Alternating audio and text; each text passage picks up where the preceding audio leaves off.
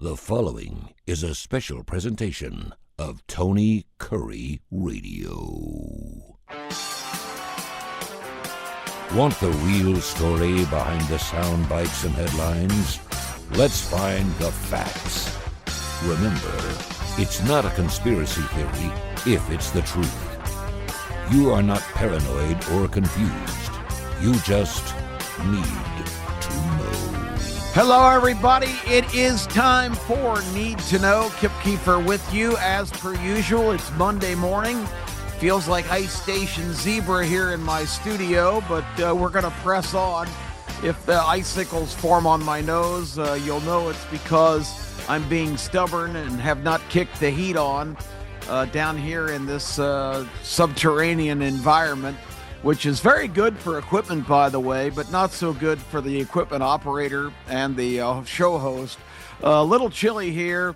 Made an adjustment. Hopefully we can get through the process without my mouth freezing up and impairing my speech. But I hope you all had a great Thanksgiving weekend.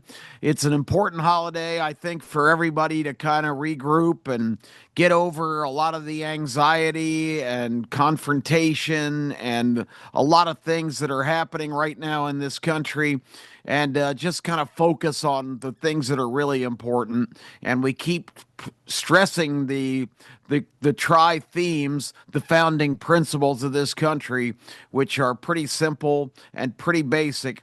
And people that are against these principles, well, you know, they're not really worth talking about, because if you have a problem with God, country, and family, that's a pretty disturbing trio of things to be critical of. Now, of course, everybody has the right to have their opinion on religion and government, but family really needs to be emphasized by everybody. Still the most important building block in everybody's lives. And disagreements are fine, but they need to be civil. They need to be constructive. Our goal for all of us has changed in this country over the 200 and almost 50 years that we've been in existence. Now it's so confrontational that it used to be that even if you had disagreements, everybody's ultimate goal was the same. It was to make the country as great as it could be, as good as it could be, to make the American dream accessible to everybody. That was the common goal. And somehow we've gotten into a wayward path of going a different direction, where if there's disagreement and confrontation, it's become this competitive free-for-all where whatever is necessary to attain power and control, which ends up being the ultimate goal for everybody now participating in our representative government, because the purse strings are controlled by the people that have the power. And the purse strings in this country are considerable. It's all about the money. Follow the money. It's been the same theme for generations, for thousands of years in the world. It's always about the pursuit of wealth, power, control, and that has not changed now. But it has really put us into a bad course. There's all kinds of different elements working against us, both foreign and domestic. They want to see this country implode from within because they can't touch us from outside. And they are doing a very effective job. And any American who is not clued in to what's happening needs to pay attention to my program here, to other people trying to get you to focus on the important aspects of what's going on in this country. They're trying to take it away from you.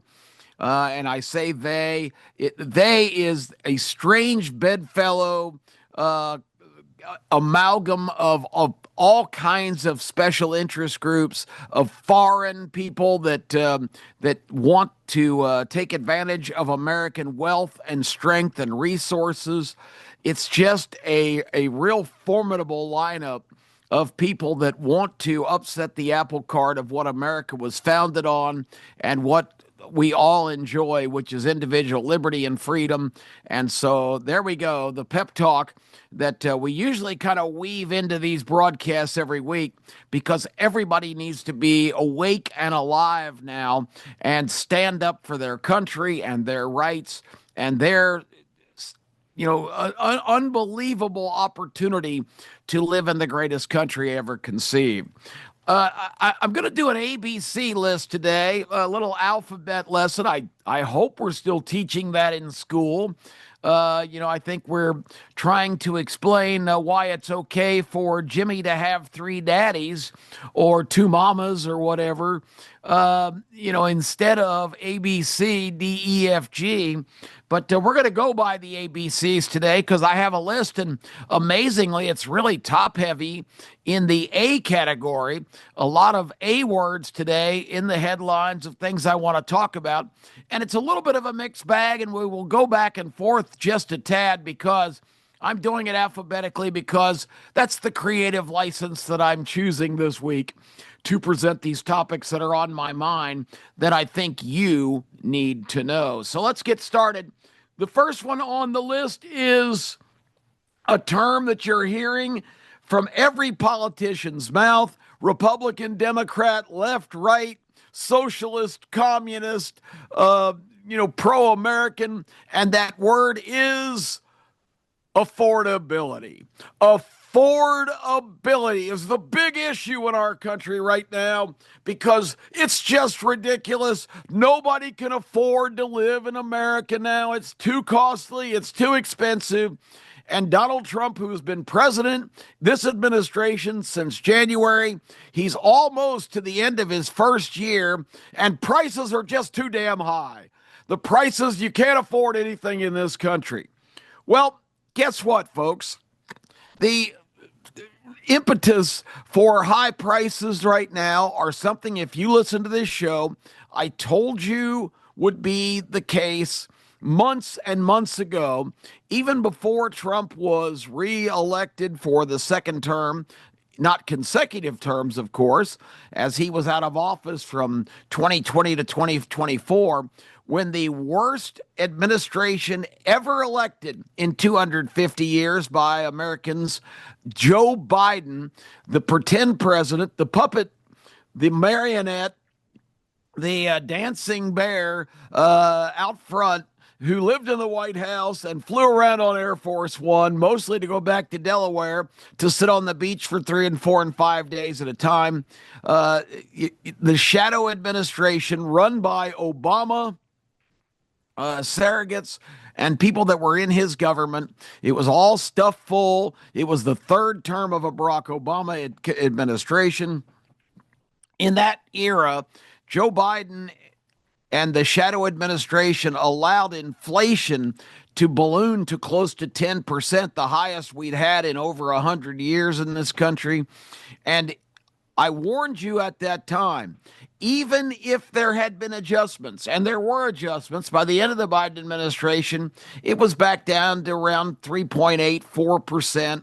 It had been cut in half. Trump has come in now, and inflation is right around 3%, which is sort of like where it usually sits on average. I think most economists will tell you that just a touch of inflation is normal in any economy, around 2%. So we're right back to about that level. But the reason that people have this perception that nothing's been done since Trump's been in is because prices are still high at the grocery store, in intangible things that you buy. If you go to buy, I recently had a big weight loss. I had to pretty much overhaul my wardrobe because all of my big boy pants and shirts and jackets and suits don't fit anymore. They're way too big. It's pretty bad when you pull up your britches, and as you reach in the closet for your belt, they fall down to your ankles. They're a little bit too big at that point to even try to wear. And if you do if you cut an extra notch in your belt and pull it completely tight, you still have the effect of feeling like you're wearing clown pants because they're so baggy, you're dragging them around the ground. Anyway, all of those tangible items are still priced high as a rule. And the reason is simple. And it's what I told you because, again, we deal in common sense here. I told you that once you get these manufacturers, these companies, these corporations, and they're across the board, whether they're food or pharmaceuticals or building products, lumber. I mean, you can name any product off the top of your head. Once the price scale keeps rising to a certain level, and they find out that consumers are willing to pay those prices, what incentive do they have to reduce prices? They have none. Once you get to a certain pricing threshold and people pay it, they're going to keep those prices as close to that level as possible, because as they continue to move that bar up, if you're still needing those things or you're still used to those products, and I'm a prime example of it, I have a certain group of products, if I go to the grocery store, that I'm loyal to, that I'll buy. I don't care if they're 3 times the price that I'm used to paying. I don't even look at the price. There are certain items, and I think everybody's like this. There are certain things you're going to buy no matter what, that you are used to, that you are accustomed to purchasing and consuming, using, whatever. I know my son is a very skilled person who likes to work in his wood shop and build his own desks and furniture and that kind of thing. I don't know where he gets any of that. I can't construct a first grade popsicle structure. But the bottom line is, continuing all through the Biden administration, the third Obama administration, in reality, he continued to go to Home Depot or Lowe's and buy lumber. He complained about it the whole time how expensive it was, but he didn't stop. This is what he does in his leisure time. It's just like me with my staple products, original V8 juice, Diet Mountain Dew. I don't care if the price skyrockets. These are things that I have to have. Rolled Gold, Tiny Twist pretzels. These are Kip Keefer essential items for survival. I'm going to pay the price, and I think most American consumers are that way. So these companies are not going to reduce the prices once that threshold's established. That's what I'm trying to say. So affordability is an interesting question here. Now, on the other hand, gasoline prices dramatically down.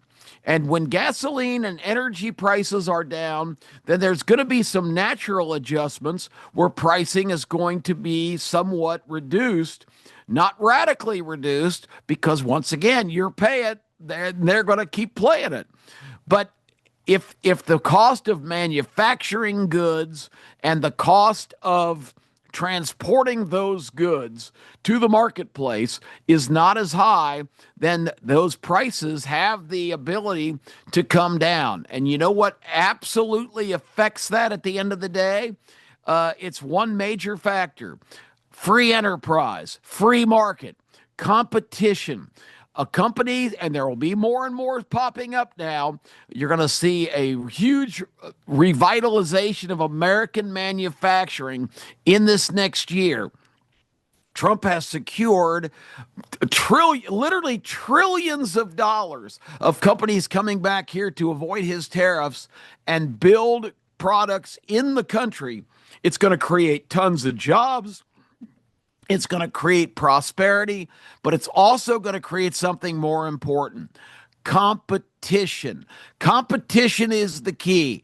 That's when you'll see prices be reduced. When some company goes, we can make a hell of a profit here if we make something comparable to Diet Mountain Dew that's just as good, but we could charge a lot less price for it, because in this economy, we can still make a killing and not have it be at the price level that was raised during the pseudo Biden administration. So competition, free enterprise, free market, that's the only thing that brings prices down to a better level. And you're going to see that going forward. So this knee-jerk reaction that affordability is still an issue is really something that everybody needs to stop and think about. I don't like paying high prices. I don't like going to the grocery store and getting my standard group of items that I buy, and it's $80 when I know just a few years ago it was 50. I don't like paying 25 or 30 extra bucks, but I do it because this is what my consumer habits are, and I'm sure all of you are guilty of the same thing, unless you're fanatics like some of my friends that will go to some ridiculous, and I won't mention the name of the chain. Everybody, I'm sure, will know who I'm talking about. But there's one group of stores all around the country where they have the most bizarre variety of items from all over the world, all kinds of weird products, no name brands. And, I've got a friend of mine in Atlanta where he'll go shop there because he goes, this is like 25 bucks less than if I go to a regular store. I'm not going to go and take and buy a bunch of products from some bizarre retailer that they gather around from all the world that I don't know and not used to. I'm a name brand guy. I'm an American. I don't want to buy foreign products. I don't care if I save 15 or 20 bucks. It's not life-changing money, but I know some people really stress that. That's the same people that will drive 15 miles out of their way because gas is 5 or 6 cents cheaper at the exit out of town than buying it in city. Of course, the time that you invest and the extra gas you burn to go buy and save that 5 or 6 cents a gallon is counterproductive. It's just a mental thing that, that's great. This was great. I only had to pay $2.70 for a gallon of gas here. It was $2.75 if I'd have bought it close to my house. It doesn't make any sense, but that's just how people are. So, and my final word on affordability is analysts have just identified this previous Black Friday, the day after Thanksgiving, the biggest shopping day of the year. And today, as I come to you on this edition of Need to Know, it is Cyber Monday. So this is the day that supposedly online prices are just at all-time slashed lows. I don't know. Maybe they are. Maybe there's some great deals. I know in these crazy things where retail stores open up at midnight on Thanksgiving into Friday, supposedly there's people dashing into the store and grabbing up the 200 or 300 items that are slashed to like half price, whether they be TVs or whatever. But, I mean, just look at the TV now. You can buy a 75 or 80-inch TV that a few years ago was $2,500, $3,000. I see them now out there for $300, $400, $500. I mean, it's not like all the prices are skyrocketing. Things do, and once again, that's competition. That's why we live in the greatest place in the world. Free enterprise, free markets, and it's consumer-based. If you just wait it out, you can find great deals out there because when businesses compete, all of us win, and that is exactly what the cornerstone of the American system is and why it's better than any place else you can be in the world. So keep all that in mind when you complain about prices. That is it really, really that way? It's this Black Friday and this Cyber Monday are forecast to be the biggest by far ever. So that being said, does that really mean we've got this affordability crisis in this country? I think it's a myth. I think it's a political talking point. Don't drink the Kool-Aid. Don't buy the rotten banana. Don't listen to these people who are just trying to coerce you into a crisis that doesn't exist, because that's what they're doing. They're trying to manipulate you. They're trying to get you to go talk to your friends and your family about how outrageous prices is, and how that this administration's doing nothing, that Trump ran for president promising to bring prices down. He is bringing prices down in a lot of tangible areas, and just wait to see what's going to happen next. And again, this is not a cheerleading session for Donald Trump, but Donald Trump understands economics, and Donald Trump is bringing in trillions of dollars of investment to bring American manufacturing jobs back, and to dramatically affect pricing by creating intense competition. So I just spent about 50% of my time on the first item. I'll have to go a little faster here, because affordability, though, was one of the most important things I wanted to talk about. Activism is the next thing on my list. Activism, which should have been ahead of affordability. I was talking about what a bad job we're doing on the alphabet, and here I put them in the wrong order. I want to talk about activism because a lot of the problems we're having in this country are based on activist judges, activist teachers, activism overall, where we're stressing the wrong things, and we are completely violating your rights, your safety, my family's safety. The incident just last week on a train in Chicago, where some jagaloon went and actually put gasoline into a bottle of some kind, took it on the train, poured it on a complete strange woman that a stranger of a woman. He didn't know she was a clerical person, or somebody who worked at the Caterpillar headquarters in Chicago, the big tractor company, going home from work. Just a regular American sitting on a train. This guy chose her for some unbeknown reason and poured gasoline on her and lit her on fire on the train. This woman was savvy enough to get up and fight her way to an exit when the train stopped, and was able to get some help and treatment. She survived the attack. She's got burns significantly, of course, over so much of her body. This guy literally poured gasoline on her. People on the train did not assist her. They sat there on their hands and watched all this go on. So there's no heroes anymore. A lot of people are afraid to get involved because they're just chicken shit. Pardon my French, but that's exactly what they are. And the other half don't want to get involved because, just like the Good Samaritan on the train, Daniel Penny 2 years ago in New York, completely neutralized a guy threatening to kill people on a subway, and he applied a chokehold because he had military training, and ended up killing the guy who was threatening the lives of other passengers. He was arrested and charged for murder. So it's pretty clear why people don't want to get involved. It's either by being cowards themselves, or being afraid, literally and justifiably so, of being accused of some kind of crime if they intervene. So anyway, the bottom line is, here's the rest of that story.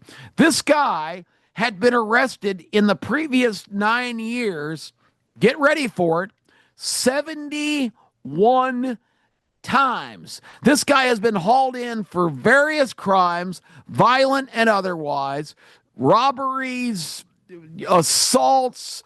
I don't know. I don't have the list in front of me.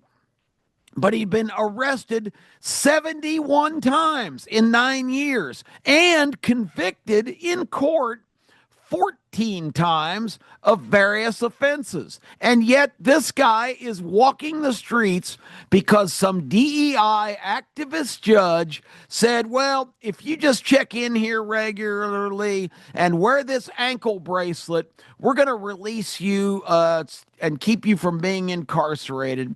So This guy basically had to be monitored, but the dirty little secret is nobody's watching these monitors. This is just an excuse by these activist judges that, the real victims of crimes are the people perpetrating the crimes, not the actual victims, because these people have been dealt a bad card and they've got mental irregularities or they've got some kind of excuse where they are terrorizing society. A guy arrested 71 times in 9 years, convicted of 14 different crimes, released by an activist judge, is just an abomination. It is outrageous. It is ridiculous. It cannot be tolerated. There's got to be some kind of judicial review process in this country where we can get these lunatics masquerading as judges off the bench. Any kind of judge that has some kind of lifetime appointment or is just bulletproof from being removed in cases where continuously people that they let back on the streets commit crimes, including capital crimes like murder and assault and robberies, different transgressions.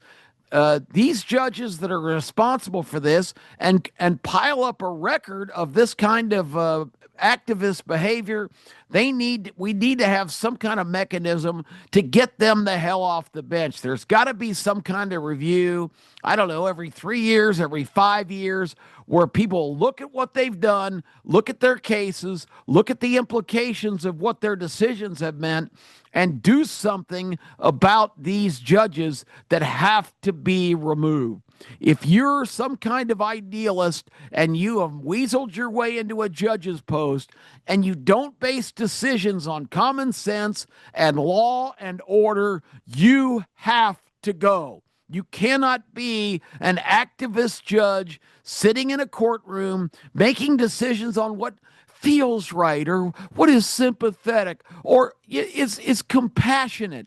It's not compassion to let a guy back on the street who is a career criminal, clearly mentally irregular, and somebody who is capable of just randomly pouring gasoline on somebody he doesn't know and lighting her on fire on a commuter train. It is absolutely unacceptable, ridiculous. It can't go on. It needs to be changed. The next one on my list is Afghanistan. And Afghanistan, of course, we had the horrendous day before Thanksgiving, last Wednesday in Washington.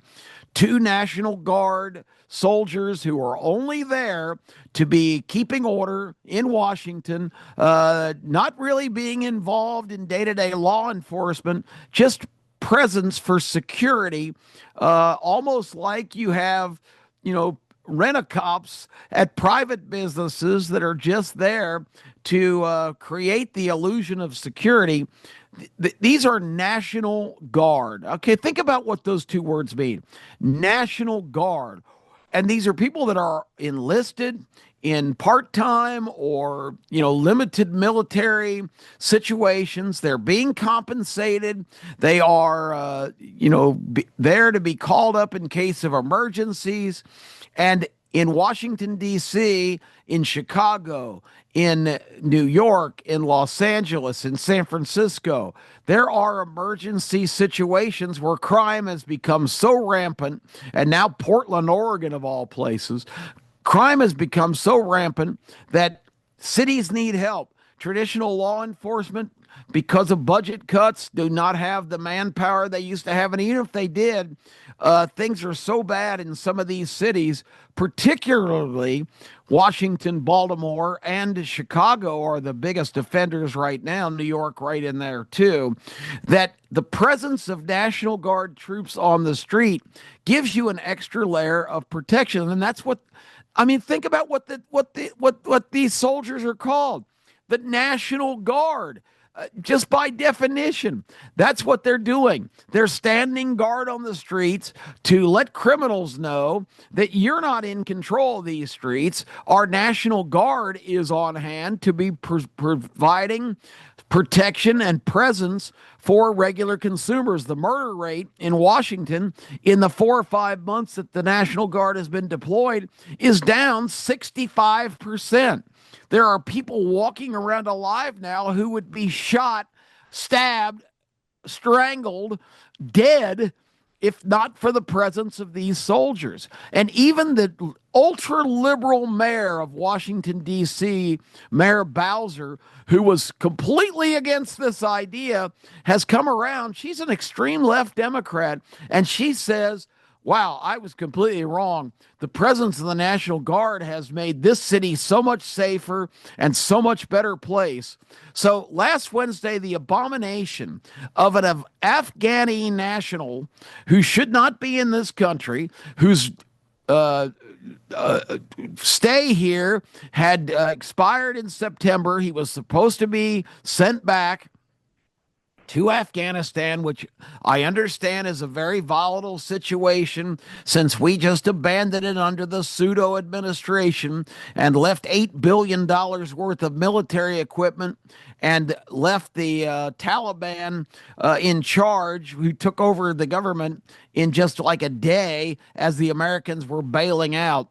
But then we just magnanimously started sending stealthily planes over there to take back all of these Afghani nationals who wanted out of there, including this 29-year-old perpetrator last week who just randomly walked up on these two National Guard soldiers in front of a train station in Washington and shot them both. And as they were both down, shot them an additional time right in the head.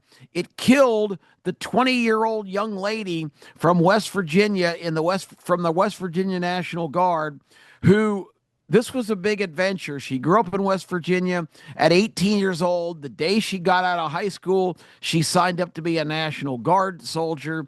She got deployed to Washington. In correspondence with her family that's been released over the last few months, she has said how she's loving the experience of being there. She's visiting on her off time museums and memorials and loves being in the nation's capital. She was literally serving her country and other citizens in the National Guard, and the price for that is to be shot in the head by some extremists yelling Allah Akbar. Supposedly, he was a cooperative person in the Afghan situation who was working covertly with the CIA on operations, which is how he earned his pass for a couple of years to come to the United States. But his time was up. He was supposed to leave. So who knows what this guy's motivation was to just walk up and execute two young people who were devoting their time to military service on the National Guard and doing a great job in Washington. The young lady, of course, passed away. The young man is fighting for his life in a Washington hospital and probably will not ever regain full function, having been shot in the head, even if he does survive. This is a horrible story. It's sickening. It's abominable. And it absolutely just makes my skin crawl to think about this situation. You've got the State Department of this country over this entire century, basically, all the way back to the early parts of the century when Bill Clinton was at the controls, that the State Department has covertly brought in all of these people by plane. These are not people coming across the border during the wide open pseudo administration, inviting them in, providing them the promise of free stuff, free place to live, free food, education for your children, employment opportunity if you want it, but you don't have to work. We're still going to take care of you. No, that's not what this is. This is not the invasion of our country during the previous 4 years. This is the State Department methodically recruiting people, having lotteries in hostile countries for citizens to come to the United States. They imported hundreds of thousands of Somalis that now live in Minnesota. They relocated these people and intentionally put them all together in these tribal, sort of, compound setups because they wanted to create voting blocks of these radical Muslims that are going to be a force in politics. They've already, of course, commandeered an entire area of the state of Minnesota and have elected a couple of really left-wing radical Congress people, and that was the plan.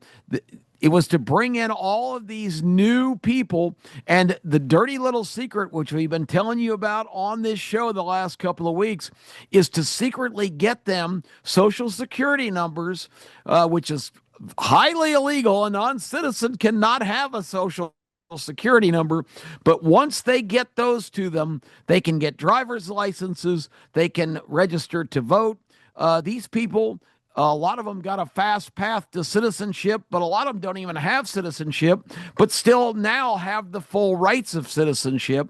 And it's come to light in the last couple of weeks that the Somali contingent in Minnesota is running one of the great scam operations we've seen in this country in a number of years, because liberal Minnesota created all these funds during the COVID years to supposedly feed families and to treat sick people, and a program that really is ridiculous, to aid children and families suffering from autism. Autism is one of the most interesting dynamics in recent years in the country, because autism is blamed for all kinds of different maladies.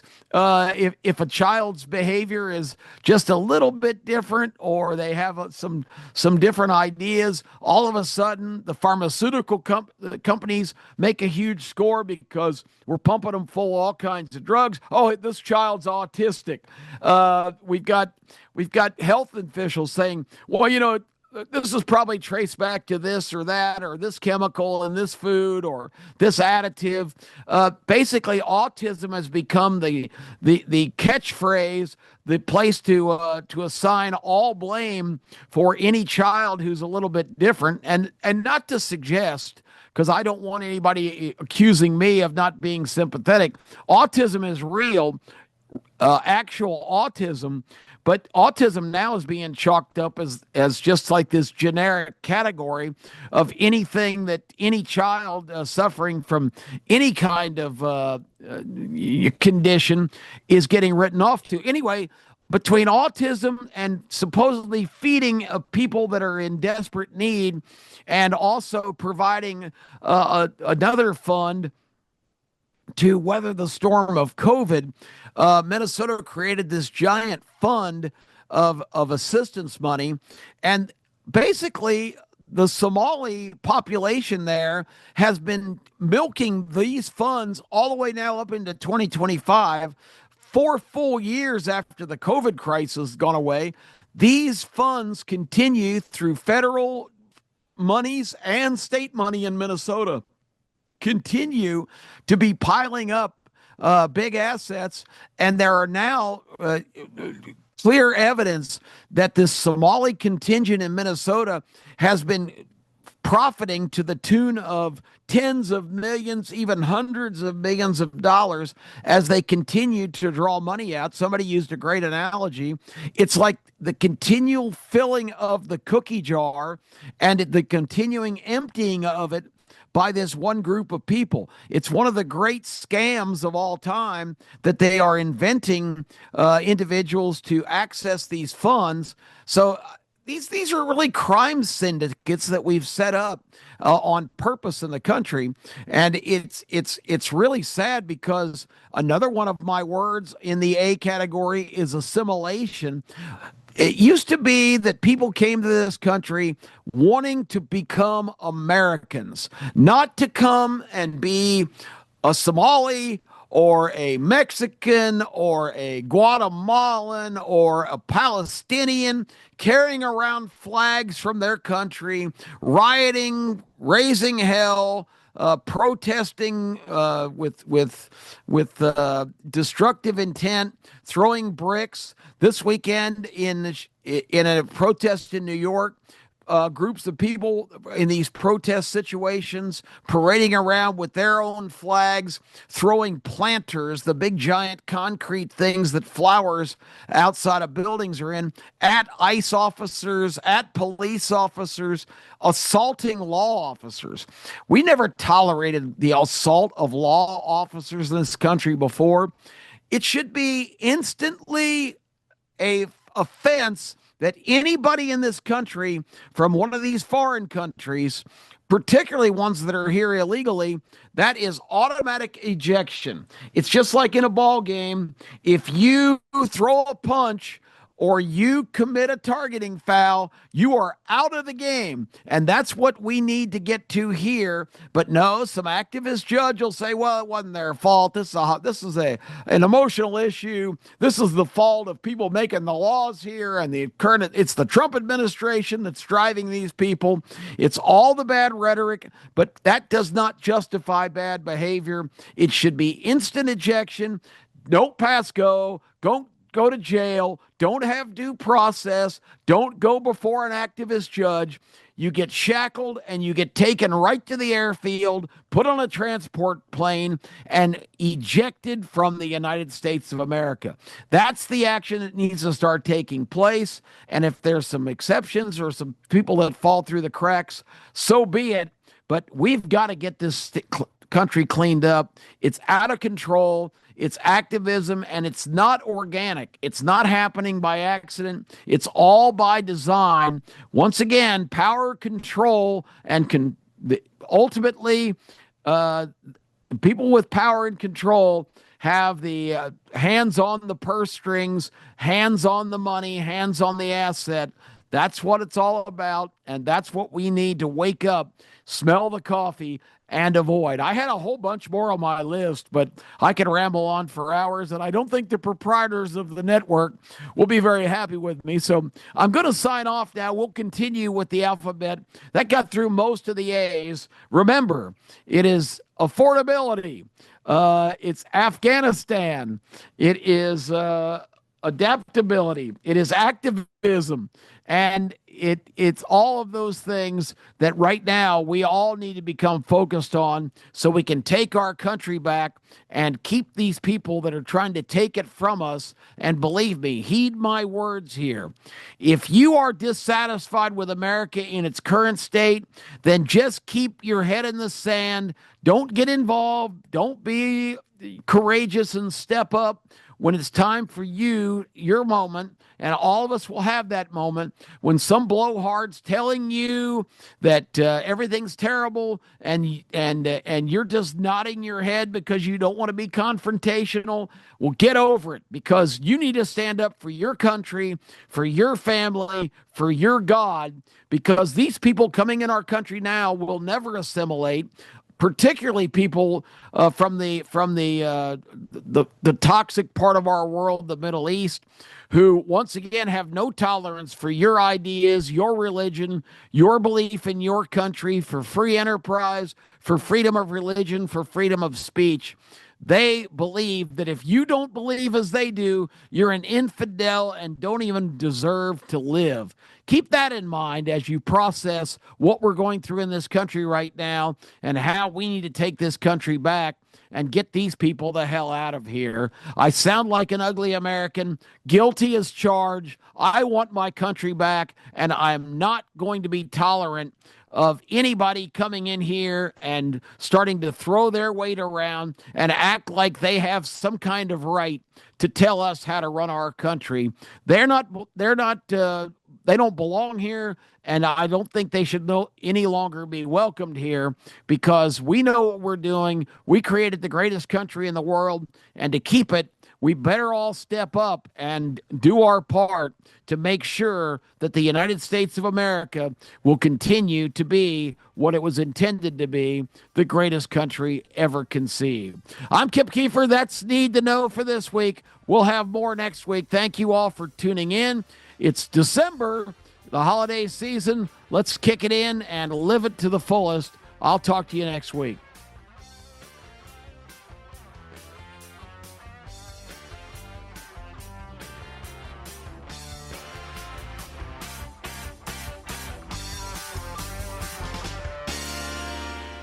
This has been a special presentation of Tony Kurre Radio.